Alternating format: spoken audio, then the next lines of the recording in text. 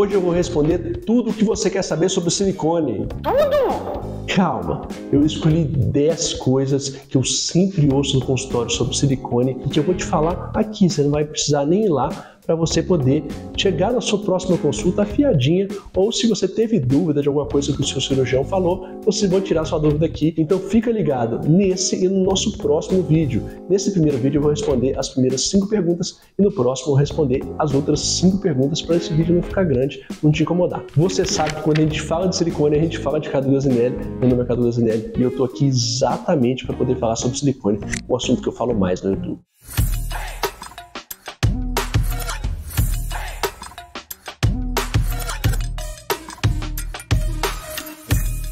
Já que esse é o assunto que eu mais falo aqui no YouTube e que você clicou no vídeo exatamente porque você quer saber sobre silicone, eu te peço para se inscrever no nosso canal. Aqui você vai ver vários vídeos de silicone e você vai poder pegar alguns deles e compartilhar com suas amigas no WhatsApp, no Instagram. E além disso, eu vou pedir sempre o like aqui, porque o like me ajuda e leva esse vídeo para o máximo de pessoas possíveis. Vamos começar então com as nossas perguntas e a primeira pergunta que eu sempre ouço é: precisa trocar o silicone? É inevitável que eu escute essa pergunta aqui no consultório. Então vamos lá. Para a gente começar a falar isso, a gente tem que lembrar que próteses de silicone dependem basicamente do fabricante. É ele que usa uma técnica, um material adequado, e a gente já teve até próteses que deram vários problemas aos pacientes, como foram o caso de próteses aí no ano 2000, mais ou menos, na França, em que as próteses foram mal feitas e tiveram muito problema. Eu quero dizer o seguinte: o fabricante ele tem as especificações dele, e ele fala, ó, essa prótese aqui precisa trocar, essa prótese aqui não precisa trocar. Então a primeira coisa que a gente tem que lembrar é que para troca de prótese a gente tem que ler o que o fabricante diz. Eu não vou ficar lendo aquilo tudo, vou morrer de medo. Se você for ler um folheto realmente de qualquer produto médico, farmácia, realmente assusta, né?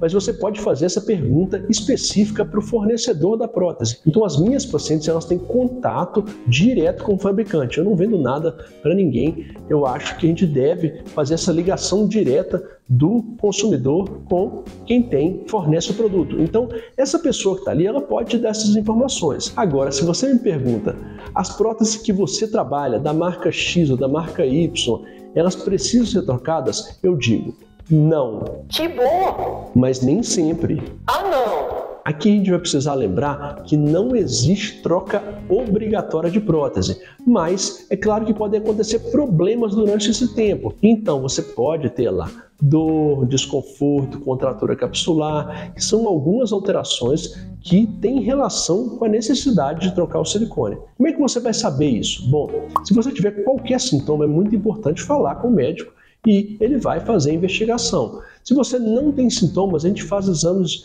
de 5 em 5 anos ou de 10 em 10 anos. A partir desses exames, a gente pode falar com você, precisa trocar ou não precisa trocar. Mas o que eu quero que você saia na cabeça aqui é o seguinte: você vai colocar um produto, né, vai ser colocado em você por mim, que não tem, teoricamente, necessidade de troca. Isso não quer dizer que você não vai ter que trocar. Resumindo, prótese não se troca até que se prove o contrário. Pergunta número 2. Tem risco de estourar? Sempre tem. A gente tem que entender que qualquer pergunta absoluta vai ter uma resposta sim, né? Então tem risco de estourar? Claro que tem. Qual é esse risco? É um risco muito, muito baixo.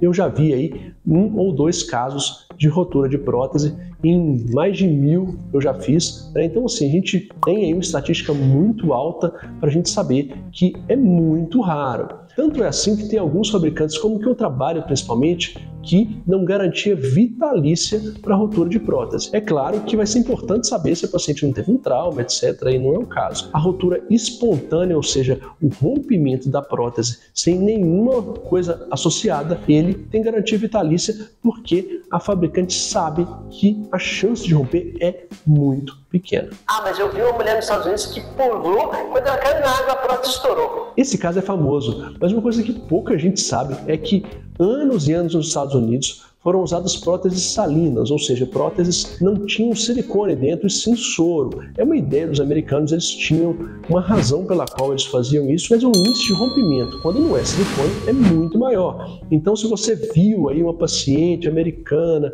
outra paciente que rompeu a prótese, saiba que não é o caso aqui no Brasil da gente ter toda essa incidência. Esses não são casos importantes aqui para nós no Brasil, porque a gente nunca teve prótese salina aqui. A gente sempre trabalhou com prótese silicone. Pergunta número 3.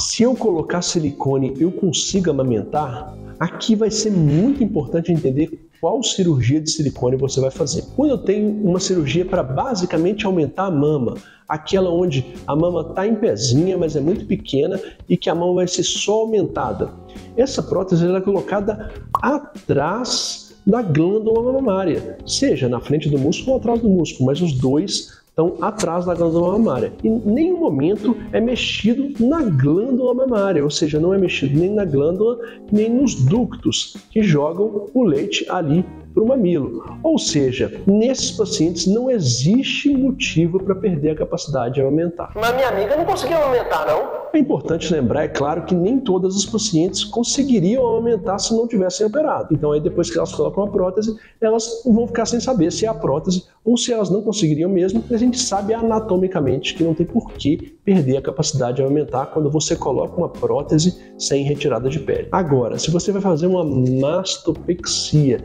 que é aquela cirurgia que tira a pele, que dá aquela cicatriz embaixo, um T invertido, que dá aquela cicatriz em volta da areola, ali sim você acaba mexendo um pouco na glândula, no ducto da mama, para poder dar uma forma diferente, porque a mama já era muito caída, ela é remontada. Mesmo assim, a gente tem muitos pacientes que conseguem amamentar depois de 5, 10 anos, que fizeram mastopexia. A gente tem muitos que ficam muito felizes, principalmente que a gente falou para eles que a chance deles perderem era alta e eles não estavam esperando amamentar e acabam conseguindo amamentar. Mas na prática, eu quero te deixar a seguinte ideia. Se você vai fazer mastopexia com prótese e tem certeza que a amamentação é a coisa mais importante do mundo para você, não faça cirurgia, porque você vai ter o risco de perder a capacidade de amamentar. Isso, imagino, é bem importante para você. Por último, a gente não pode esquecer que cada cirurgião opera de um jeito. Alguns mexem mais na glândula, alguns mexem menos. A gente tem uma estatística aqui no nosso consultório, a gente faz sempre. Então a gente fala com os pacientes aqui, tantos por cento conseguiram, tantos por cento não conseguiram. E aí o seu cirurgião vai ter essa estatística lá, ele vai poder te entregar, e se for 75% consegue, 25% não consegue, já é 3/4. Talvez você deva pensar, mesmo que você queira amamentar, em fazer a cirurgia. Pergunta número 4. Tem risco de perder a sensibilidade depois que coloca silicone? Aqui vai ser mais importante ainda a gente diferenciar a mamoplastia de aumento, que é a cirurgia de colocação de silicone, e a mastopexia com prótese, que é a cirurgia de colocação de silicone e retirada de pele. Na mamoplastia de aumento, ou seja, na colocação de silicone simples, aquela que é só para aumentar, a gente não mexe na pele da mama. Então a gente não mexe na inervação, nem da mama, nem na região do complexo areolo-mamilar, que é essa região onde está o mamilo, onde está a areola. Então não dá para esperar que você tenha mudança da inervação ali. Minha amiga me falou que o dela mudou, tá? Tem algumas pacientes que na hora de esticar a pele, elas têm realmente uma mudança de sensibilidade. Às vezes não é perder, é só mudar a sensibilidade. E principalmente que na hora que estica a pele, esse mamilo ele começa a encostar com um pouco mais de força ali na roupa. Isso dá uma coisa chamada parestesia, que é, na verdade, um sintoma daquele formigamento, aquelas sensações diferentes ali na areola, no mamilo, e as pacientes consideram que isso é alteração de sensibilidade. Está certo, não é perda de sensibilidade, é alteração. Então, se eu faço uma mamoplastia de aumento, que é um aumento simplesmente da mama, eu falo com os pacientes que a perda da sensibilidade ela é muito baixa, se não for nula, eu realmente não tenho pacientes aqui que têm esse tipo de queixa. Agora, se a gente estiver falando da mastopexia com prótese, mais uma vez, cortou em volta da areola, tem alguns nervos ali, Isso quer dizer que você vai perder a sensibilidade? De jeito nenhum. A maior parte das minhas pacientes não perde sensibilidade em volta da areola, mas algumas pacientes elas perdem, porque as técnicas elas são muito diferentes, cada pele é uma pele e cada recuperação é uma. Então, quando a gente fala com vocês aqui que a gente não consegue prever resultado, que a gente não tem capacidade de garantir as coisas, não é que a gente quer tirar o nosso da reta, a gente na verdade quer que você tenha a realidade, e a realidade é que a gente não consegue prever com certeza as coisas em cirurgia plástica. Então eu te digo, mais uma vez, se você tem uma preocupação muito importante com sensibilidade e não quer correr o risco de jeito nenhum de perder, mesmo que sua mama esteja muito caída, é melhor não fazer cirurgia e ficar com a mama assim. Pergunta número 5. Depois que coloca silicone, a mama cai? Ah, não? Não pode cair de novo, não. Olha, eu sempre falo isso aqui no consultório. A mama só vai parar de cair quando não tiver gravidade mais. Mas isso é impossível. E é por ser impossível que a gente fala com os pacientes. As mamas sempre caem.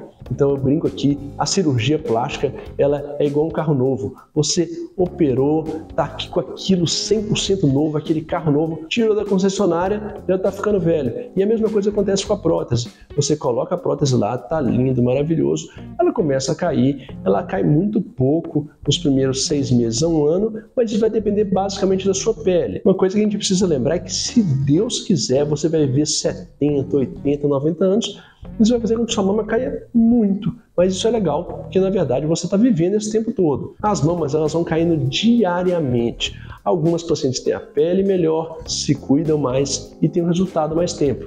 Outras não gostam muito de se cuidar, engordam, depois emagrece. E é claro que você vai perder o seu resultado se você fizer isso. Minha amiga colocou silicone e dela nem caiu. Que bom que o dela não caiu, mas eu acho que com certeza caiu um pouco. Na verdade, eu fico brincando que no Instagram todo mundo tem o peito em pé. Porque você usa aquela blusa que aperta, né? Você não mostra um ângulo ruim e você nunca tá nua no Instagram, principalmente depois de muito tempo da cirurgia. A verdade é que você vai ter uma mama mais caída com o tempo, mas quando você tem o silicone, você continua percebendo o contorno.